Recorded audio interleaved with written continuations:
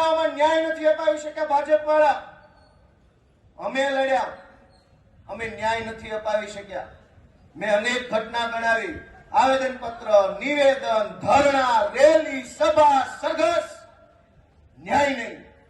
ઘટના ચાહે બળાત્કારની હોય, ઘટના ચાહે લૂંટની હોય, ઘટના ચાહે મારામારીની હોય, વ્યાજ માફિયાના ત્રાસથી દવા પી જાય, લોકો આત્મહત્યા કરી જાય, ઘટના ચાહે કોઈ પણ હોય, ન્યાય નથી મળતો.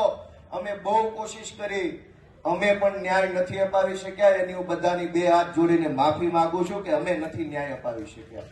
એનો મને અફસોસ છે, હું માફી માંગુ છું. અને આ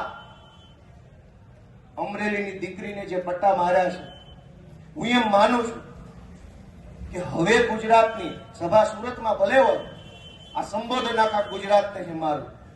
હજુ આપણો આત્મા નહીં જાગે તો કેદી જાગશે? આપણો આત્મા જાગી જવો જોઈએ કે આ શું તમાશો હાલે છે, આ કેવી રીતે હાલે? ગુંડાઓ, બુટલેગરો, માફિયાઓ, તોડબાજો, ડ્રગ્સ વાળા, દારૂ વાળા, રેતી વાળા બેફામ ફરે અને નિર્દોષ માણસને પોલીસ સ્ટેશનમાં માર મારે છે. અમે રજૂઆત લઈને જઈએ તો અમારા ઉપર એફઆઈઆર. એટલે મેં નક્કી કર્યું છે કે ગુજરાતનો આત્મા જગાડવાનો છે દોસ્તો. અને મેં નક્કી કર્યું છે કે અમે ન્યાય નથી અપાવી શક્યા દીકરીને. અને એટલે દીકરીને જે પોલીસે પટ્ટા માર્યા છે, એ પટ્ટા આજે હું ખાઈશ જાહેરમાં. અને મેં નક્કી કર્યું છે કે આ દીકરીના પટ્ટા માર્યા છે, એ પટ્ટા મને મળવા જોઈએ. અને ગુજરાતનો આત્મા જાગવો જોઈએ.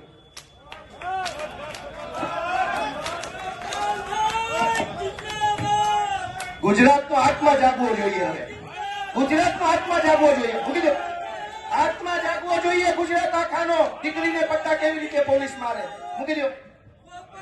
ગુજરાતનો દોસ્તો આત્મા જાગવો જોઈએ. આત્માની અંદર લાગવું જોઈએ. દીકરીને પોલીસ કેવી રીતે પટ્ટા મારી શકે? દોસ્તો, આ સજા મને મળવી જોઈએ.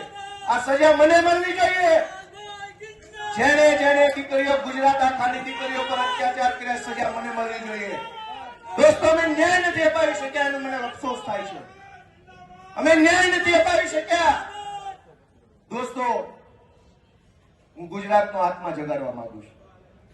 કોઈ અમને જિંદગીભર મત ન આપતા, અમને હરાવી દેજો, પણ દીકરીઓને ન્યાય અપાવવા માટે તમારા આત્મા જગાડો.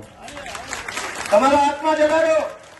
અમને આખી જિંદગી મત ન દેતા, હરાવી દેજો. દીકરીને ન્યાય અપાવશો કે નહીં અપાવો?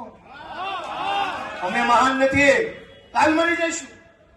આ પાર્ટી ખતમ થઈ જાય, દીકરીઓની ઇજ્જત કોણ કરશે?